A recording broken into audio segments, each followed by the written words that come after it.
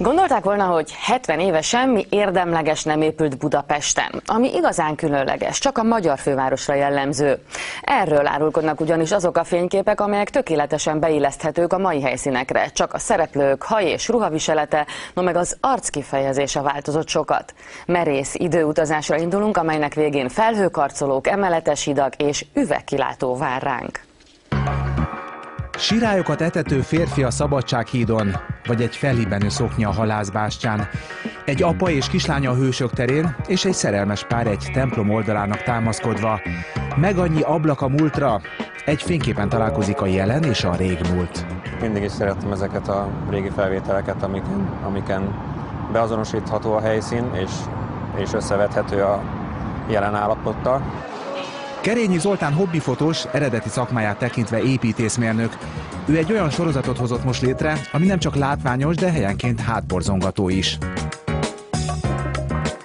Az eleje mindig olyan, mint a kincskeresés, hogy megtalálja az ember a régi fotót, beazonosítja a helyszínt, ez a könnyebbik része. Utána a nehezebbik feladat az a fotósnak a pozícióját megtalálni. 20 éven át gyűjtöttünk fotókat, fogalmunk nem volt, hogy mink van, azért nem, mert jó részt negatívokon van az anyag. Az eredeti képek ebből az archívumból származnak, körülbelül 40 000 kép lehet itt. Hogy mennyi, nem tudni, mert sosem számolták össze őket. Mindez már rég az enyészeté lenne, ha nem mentik meg. Ezek a kincsek az interneten most bárki számára ingyenesen hozzáférhetők.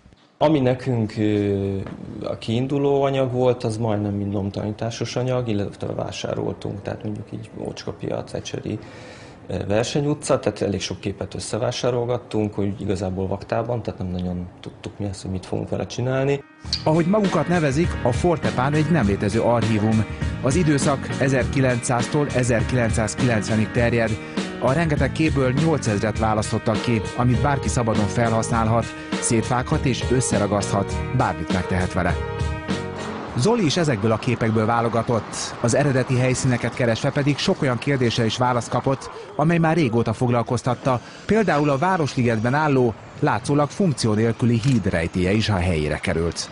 Ez alatt a híd alatt ment át a Kisföld alatti, még mielőtt a Széchenyi fürdőállomást hozzáadták a vonalhoz. Most mi is portyára indulunk, hogy megnézzük, hogyan változott meg Budapest. A Szabadság téren ma már nem járnak buszok, nem úgy, mint annó.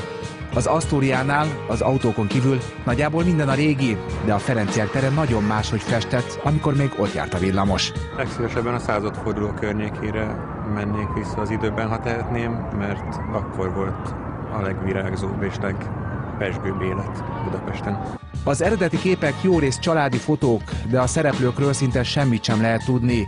Így az ő történetük a néző fantáziáján múlik. Így lehet egyetlen fényképből egy regényes történet és egy ismeretlen figurából ismerős. Önök például mit gondolnak a Rózsák terén sütkérező vasutas szerelmes párról? Nincsen semmiféle információ, legjobb esetben a helyszín és az évszám nagyjából megvan. A Gellért-hegyen járunk, ahol szintén rengeteg fénykép készült az elmúlt évszázadban is, meg most is. Zoli egy jelentős változást azért észrevett a képek szereplőin. Az nagyon jól nyomon követhető, hogy a háború előtti képeken kiegyensúlyozottabbak az arcok, boldogság tükröződik rajtuk. A 45 után készült képeken ugye a lebombázott házak, hidak között nincs is annyi portré. Vajon hol van ma már a Halászbástya mellett üldögélő párocska, és hová tűnt a vidám társaság, akiknek a párhuzamát ma is megtaláljuk?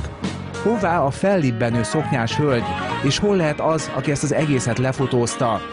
És hogy Budapest története ne érjen itt véget, irány a jövő, mégpedig a lehetséges virtuális jövő. Egymásba csavarodó gyaloghidak, szupermodern városrészek, 30 méter magasságba liftező üvegkilátó a város legtetején, felhőkarcolók, jachtkikötők és tengerparti sétányok a Duna partján. Vajon mi az akadálya, hogy valóra váljanak a tervezők merész álmai, amelyek Budapestet az első számú turisztikai célpontok közé emelhetnék? A holnapesti Fókusz Pluszban levetítjük a lenyűgöző látványterveket, és megmutatjuk őket az illetékeseknek is.